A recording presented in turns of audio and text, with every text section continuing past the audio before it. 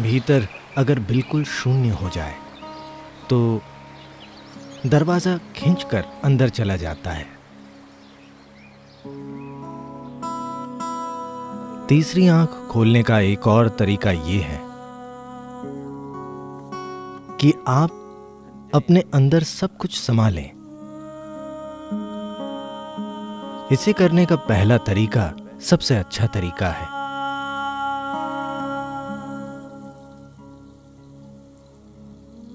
शिव का सबसे अहम पहलू ये है कि उन्होंने अपनी तीसरी आंख खोली। उन्होंने सारी चीजें की।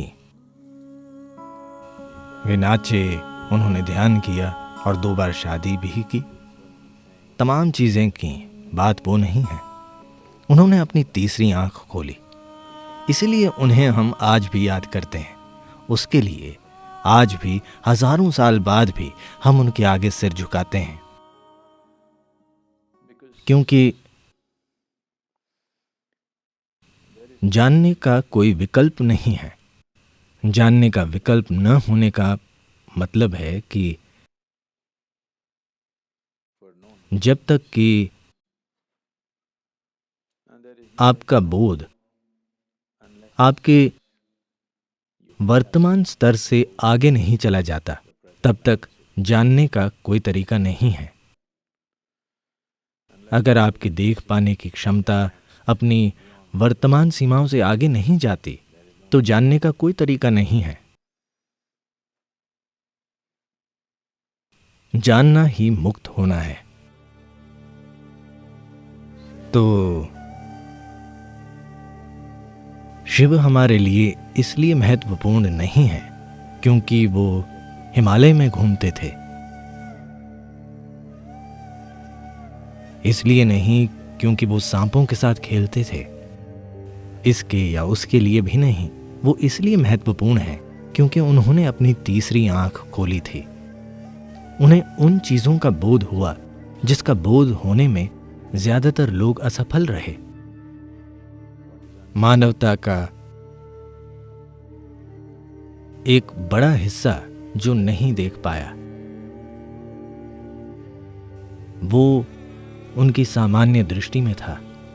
तीसरी आंख का यही मतलब है। लोग कहते हैं कि जब शिव ने तीसरी आंख खोली तो वो एक प्रचंड प्रक्रिया थी, उसमें से आग निकली। वे इसे आग इसलिए कहते हैं क्योंकि उन्होंने अपने अंदर की हर वो चीज जला दी जो उनके हिसाब से उनके लिए मायने रखती थी।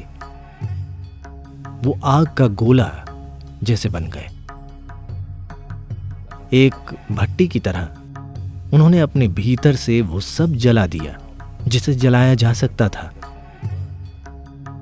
और फिर उनके शरीर के रोम रोम से पसीने और रक्त की जगह भस्म निकलने लगी। शिव के शरीर पर राख हमेशा इसलिए नहीं दिखाई जाती क्योंकि वे राख लगाते थे, बल्कि उनके शरीर से राख बिखरने लगी थी। ये इस बात का प्रतीक है कि उन्होंने इसे पूरा जला दिया। उन्होंने अज्ञानता का वो एक एक कण जला दिया जिसे लोग सच मानते हैं।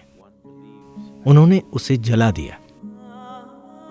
क्योंकि उन्होंने सब कुछ जला दिया और सब कुछ राख बन गया, तब तीसरी आंख खोलने से उन्हें वंचित नहीं रखा जा सका। तीसरी आंख खुलने पर लोगों को आग दिखी क्योंकि अंदर सब कुछ जल रहा था। तीसरी आंख को खोलने के 2 तरीके हैं। एक तरीका है भीतर अगर बिल्कुल शून्य हो जाए तो दरवाजा खींचकर अंदर चला जाता है और कुदरती तौर पर खुल जाता है। दरवाजा कमजोर होकर अंदर गिर जाता है क्योंकि अंदर कुछ नहीं है। शिव ने न सिर्फ अपने विचार, न सिर्फ अपनी भावना, सिर्फ अपने रिश्ते और चीजें ही नहीं जलाईं, बल्कि उन्होंने अपना वजूद ही जला दिया। एक अलग व्यक्तित्व को पूरी तरह जला दिया और बस पूरा शून्य बचा। तो दरवाजा अंदर गिरकर खुल गया। तब लोगों को आग दिखी, क्योंकि चीजें अब भी जल रही थी।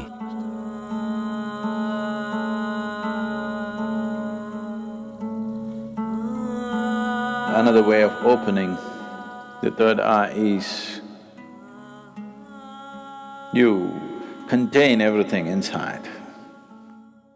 तीसरी आंख खोलने का एक और तरीका है कि आप सब कुछ अपने अंदर संभालें, हर चीज को अंदर रोक लें।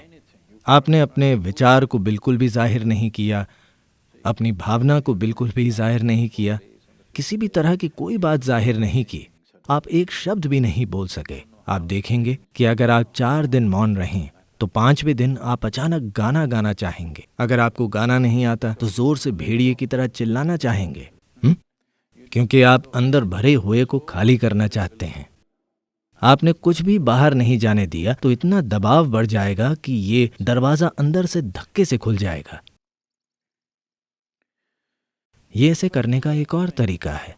इसे करने का पहला तरीका सबसे अच्छा है, क्योंकि अगर आप दबाव बढ़ाकर इसे खोलेंगे तो ये आज खुल जाएगा और कल शायद फिर बंद हो जाए, या फिर पर्याप्त दबाव बनने से पहले दरवाजा खुल जाता है तो आपके अंदर कुछ और घुस जाता है और आप भाग जाते हैं। क्योंकि जब दबाव इस तरह से बनता है तो अगर आपको इसे थाम कर रखना है तो आपको पता नहीं चलता कि क्या हो रहा है, तो ये यातना जैसा लगेगा, ये 3rd डिग्री टॉर्चर लगेगा। अगर आप खुद को पूरी प्रक्रिया से गुजार रहे हैं तो आपका मन जरूर पूछेगा, इस यातना से गुजरने का क्या तुक है, क्योंकि ये काफी बड़ी यातना होगी। एक भी विचार को जाहिर न करना, एक भी भावना को जाहिर न करना, एक भी शब्द नहीं बोलना, किसी भी अपने अंदर उठने वाली एक भी राय को जाहिर न करना, अपने मन की एक भी सोच को जाहिर न करना। इससे आप कहीं ना कहीं फट सकते हैं। अगर आप हर चीज रोक लेते हैं तो ये खुल जाएगा, वरना आप बौखला जाएंगे। पर आप थोड़े से चालाक हैं, आप बीच का रास्ता चुनते हैं। इसका मतलब है कि आप कहीं पहुंचना नहीं चाहते। जो लोग बीच के रास्ते में विश्वास रखते हैं वो अपने जीवन में कहीं नहीं जाना तय करते हैं। बीच के रास्ते का मतलब है बस आराम का जीवन चुनना, ना ये ना वो। या तो आप बिल्कुल खाली हो जाइए तो खालीपन की ताकत दरवाजा खोल देगी, या फिर आप अपने अंदर दबाव बढ़ाइए तो ये फटकर खुल जाएगा। खोलने के 2 तरीके हैं। बीच के रास्ते का मतलब है आप पेशेवर बकवास करने वाले इंसान हैं। वाकई आप पूरे समय बकवास से भरे हैं, पेशेवर नहीं। पेशे का मतलब है कि वे इसे हर समय नहीं करते, ठीक है? वे इसे दिन में कुछ खास समय तक करते हैं। इससे फर्क नहीं पड़ता कि आप कहां जाते हैं, आप अपनी ही चीज करते हैं। बीच का रास्ता एक तरीका है कहीं ना पहुंचने का, और कुछ समय बाद ये सोचना कि ये कहीं नहीं जाता है। अभी आप सड़क पर टहल रहे हैं, अचानक आपको एक बड़ी चट्टान मिली। पार जाने के 2 ही रास्ते हैं, या तो इस तरफ या उस तरफ से। इस तरफ शेर गुर्रा रहा है, दूसरी तरफ आग जल रही है। तो आप सोचते हैं कि बीच का रास्ता अच्छा है, यानी चट्टान में घुसना। तो जाहिर है कि आप कहीं नहीं जा पाएंगे। आपकी कुछ देर बस अच्छी कसरत होगी। अगर आप चट्टान में घुसना चाहेंगे तो अच्छी कसरत हो जाएगी, इससे मांसपेशियां काफी अच्छी हो जाएंगी। अगर आप बीच का रास्ता लेते हैं, बात बस इतनी है कि आप कहीं नहीं पहुंचेंगे।